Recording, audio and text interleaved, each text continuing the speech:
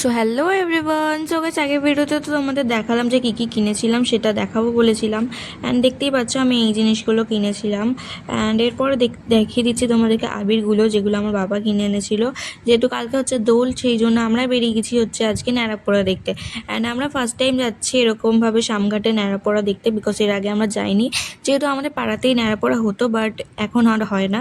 আর দোল মঞ্চটাকে তো তোমরা দেখলেই কি সুন্দরভাবে সাজিয়েছে, কিন্তু আমরা একটু কনফিউজ হয়ে গেছিলাম যে কোথায় হয় এটা। অ্যান্ড আমরা বুঝতে পারিনি যে স্বামীর তরফ থেকে এই ন্যাড়াপোড়াটাকে নিয়ে আসা হয়।